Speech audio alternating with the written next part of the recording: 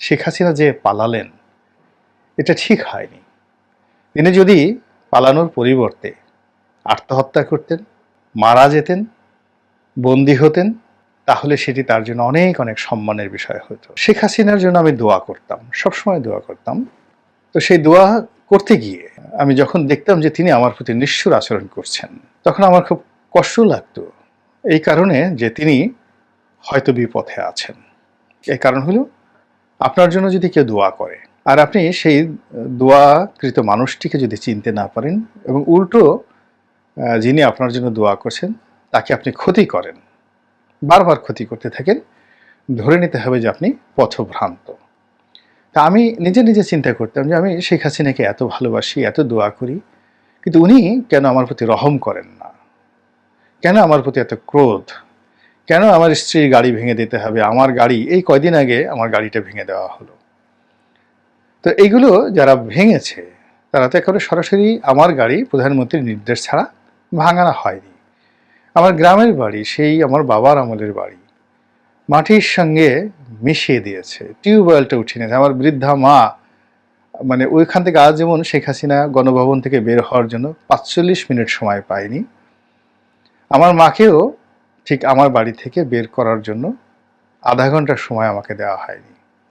এর মধ্যে বুলডোজার দিয়ে পুরো বাড়ি পটুয়াখালী ডিসি এবং তার যারা লোকজন আছে তারা প্রশাসনকে ব্যবহার করে তারা ভেঙে দিয়েছে। তো এই মানে অত্যাচার, অবিচারের পরেও আমি আল্লাহর কাছে বিচার চেয়েছি, কিন্তু আমি অভিশাপ দেইনি। আমি আল্লাহর কাছে প্রতিকার চেয়েছি, প্রাণ ভরে আল্লাহর কাছে কেঁদেছি। চোখের সামনে যেখানে বেড়ে উঠেছি, যে ঘরে আমার কত স্মৃতি, আমার বাসর ঘর, আমার জন্ম, আমার ছোট ভাইদের জন্ম, সব মিলিয়ে সেই গৃহটি, পিতার স্মৃতি, দাদার স্মৃতি, দাদির স্মৃতি, সেই বাড়িটি ভেঙে দেওয়া হয়েছে। তারপরও আমি কিন্তু অভিশাপ দেইনি। এর কারণ হলো যে আমি সবসময় কৃতজ্ঞ ছিলাম যে আমি যেহেতু দলটি করেছি, তিনি নেতা ছিলেন, মনোনয়ন দিয়েছিলেন, আমি তার অধীনে রাজনীতি করেছি। আজকের গোলাম মোল্লা রনির যতটুকু পরিচিতি, আওয়ামী লীগ না হলে, শেখ হাসিনা না হলে হয়তো আমি এখানে আসতে পারতাম কিনা আমি জানি না। এই কারণে আমি কৃতজ্ঞ ছিলাম এবং এখনও আছি।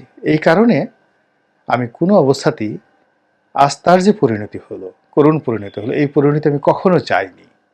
আর না চাওয়ার কারণে অতীতে সেই 2014 থেকে বারবার শুধু আমি আজকের এই পরিণতিটি যে ঘটতে পারে এই সতর্ক বাণী উচ্চারণ করে হাজার হাজার টকশো করেছি, অসংখ্য লেখা লিখেছি, বাংলাদেশ প্রতিদিনে লিখেছি, নয়া দিগন্তে লিখেছি, যুগান্তরে লিখেছি। তো সেই লেখাগুলোতে আমি বোঝানোর চেষ্টা করেছি আজকে তিনি যে করুণ পরিণতিতে পড়েছেন, ঠিক এই জিনিসটি 2014 থেকে আমি বারবার তাকে বলেছি লেখনের মাধ্যমে। তো সেই জিনিসটি আজকে ঘটছে, তিনি পালিয়ে গেছেন এবং সেই পালানোর যে দৃশ্য, যেভাবে গণভবন থেকে তিনি গেলেন, কিছু ভিডিও ফুটেজ বের হয়েছে। তারপর তিনি যেভাবে বাংলাদেশ থেকে আগরতলা গেলেন, আগরতলা থেকে দিল্লিতে গেলেন এবং শেষ পর্যন্ত দিল্লি তাকে রাখবে না। দিল্লি তাকে তৃতীয় কোনো দেশে, বেলারুশ হতে পারে, রাশিয়ার অধীনস্থ কোনো প্রদেশ, অথবা ভারতের সাথে খুব সম্পর্ক রয়েছে এরকম কোনো দেশ, অথবা নিদেন পক্ষে যুক্তরাজ্য, ইংল্যান্ড, সেখানে ভারতের দুতিয়ালিতে তিনি রাজনৈতিক আশ্রয় লাভ করতে পারেন এবং সেখানে তারেক রহমান সাহেবের বাসায় তিনি যদি দাওয়াত খেতে যান, এটা আমি খুব আশ্চর্য হব না, এটা আমি আলাদা আর একটা ভিডিও করব। তো তিনি যেভাবে পালিয়েছেন এটা আমি কখনো স্বপ্নে কল্পনা করিনি, অথবা আমি চাইনি। কেন চাইনি? এর কারণ হলো আমি আওয়ামী লীগের অনেক মানুষকে চিনি যারা ভালো মানুষ, যারা দলটিকে ভালোবাসেন। আমি ফরিদপুর, এই যে সদরপুর চরভদ্র আসনে, এই আসনে সংসদ সদস্য প্রার্থী ছিলাম। প্রত্যন্ত অঞ্চলে সে 2001 সনে ঘুরেছি, বঙ্গবন্ধুর সঙ্গে সম্পর্ক ছিল, সাক্ষাৎ ছিল, এরকম অনেক বয়স্ক মানুষকে দেখেছি। আমি একদিন বঙ্গবন্ধুর সম্পর্কে বলছিলাম আর একজন লোক শিরশির করে কাঁপছিলেন আর কাঁদছিলেন। আমি বললাম যে বাবা আপনি কাঁদছেন কেন? ঘাড় ব্যথা করছে, কারণ আমার এই ঘাড়ের উপর বঙ্গবন্ধু হাত রেখেছিলেন একবার, ফলে সেই হাতের স্পর্শ স্মরণ করে আমার এই ঘাড়টা এখন কাঁপছে। তো এইরকম নিবেদিত প্রাণ মানুষ একজন দুজন নয়, কোটি কোটি মানুষ বাংলাদেশে আছে যারা কখনো টিআর চায়নি, কখনো কাবিখা চায়নি, কখনো মন্ত্রী হতে চায়নি, এমপি হতে চায়নি, এমনকি শেখ হাসিনার দেখার সাক্ষাৎও চায়নি, কিন্তু তার জন্য রোজা মানত করেছে, এখনো করছে, এবং এখনো কত মানুষ, কত নারী তার জন্য কাঁদছে।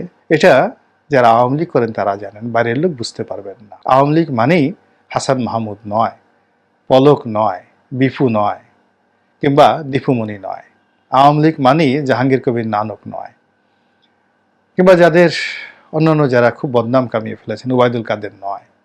আওয়ামী লীগের অনেক অনেক নিবেদিত প্রাণকর্মী আছে। ফলে আজকের এই পতন, এটি আওয়ামী লীগের শেষ নয়। আওয়ামী লীগের আবার জন্ম হবে হয়তো নতুন কোনো নেতৃত্বের মাধ্যমে। হয়তো শেখ পরিবার এখানে আর আসবেন না, নতুন একটা আওয়ামী লীগ তৈরি হবে, কিন্তু আওয়ামী লীগের আদর্শ থেকে যাবে, এ কথা আমি নিশ্চিতভাবে বলতে পারি। তো যেটা বলছিলাম যে তিনি এই যে পালিয়ে গেলেন, অথচ তিনি কেবলই নিজের কথা চিন্তা করলেন, তার ছেলে জয়ের কথা চিন্তা করলেন, পুতুলের কথা চিন্তা করলেন। তিনি তার চাচাতো, মামাতো, খালাতো, ফুফাতো ভাই কারো কথা চিন্তা করলেন না। তিনি তার কোটি কোটি ভক্তদের কথা চিন্তা করলেন না, আওয়ামী লীগের নেতাকর্মীদের কথা চিন্তা করলেন না, যাদের উপর ভিত্তি করে তিনি আজকের এই অবস্থানে এসে পৌঁছেছেন তাদের কথা চিন্তা করলেন না। আমি আজকের এই ভিডিওটি করছি বিজয় দিবসে, দ্বিতীয় বিজয় দিবস। তো এই দ্বিতীয় বিজয় দিবসের যে সারা বাংলায় হাসির রোল, আনন্দের রোল চলছে, এর মধ্যে যে কোটি কোটি মানুষ পালিয়ে বেড়াচ্ছে, যেভাবে কিছু জুলুমবাজের, আওয়ামী জুলুমবাজের অত্যাচারে বিএনপির কোটি কোটি মানুষ দিন রাত পালিয়েছিল, এখনো পালিয়ে আছে, যেভাবে হাজার হাজার মানুষ জেলখানাতে আছে, লাখ লাখ মানুষ মামলা মোকদ্দমায় দিশেহারা, ঠিক সেম জিনিসটি আরও দ্বিগুণ হয়ে এই আওয়ামী লীগের নিরীহ নেতাকর্মীদের উপর তো বটেই, মধ্যম শ্রেণীর নেতাকর্মীদের জীবনটাকে অনাগত দিনে, আগামী দিনে একেবারে তছনছ করে ছেড়ে দেবে। আর যারা মাখন খেয়েছে, পোলাও খেয়েছে, তারা ঠিকই নিরাপদ আশ্রয় চলে গেছে, পালিয়ে গেছে। আবার অনেকে ভুল পাল্টিয়ে টাকা দিয়ে, পয়সা দিয়ে এই সমাজে আপনার সঙ্গে আমার সঙ্গে মিশে থাকার চেষ্টা করবে, আত্মীয়তার বন্ধন দিয়ে বা অন্য কোনোভাবে। তো কাজেই শেখ হাসিনা যে পালালেন, এটা ঠিক হয়নি। তিনি যদি পালানোর পরিবর্তে আত্মহত্যা করতেন, মারা যেতেন, বন্দী হতেন, তাহলে সেটি তার জন্য অনেক অনেক সম্মানের বিষয় হতো। তার নেতাকর্মীরা গর্ব করে বলতে পারত যে আমাদের জন্য তিনি মারা গিয়েছেন, তিনি আমাদেরকে ছেড়ে যাননি। তো তিনি যখন চলে গেলেন, এই যে পালিয়ে চলে গেলেন, এখন সঙ্গত কারণেই তার বাবার ইতিহাস আসবে, তার দাদার ইতিহাস আসবে, তার ভাইদের ইতিহাস আসবে, আরও কত কিছু যে হবে, যেগুলো শুনে আওয়ামী লীগের যারা লোকজন রয়েছে তাদেরকে তারা কিছু বলতে পারবে না, কিন্তু তাদের অশ্রু, তাদের ক্রোধ, তাদের ঘৃণা সব মিলিয়ে শেখ হাসিনার এই জীবনের প্রাপ্তিটি এই শেষ সময় এসে কি হয়ে গেল। আল্লাহ আমাদের এই অবস্থা থেকে শিক্ষা নেয়ার তৌফিক দান করেন।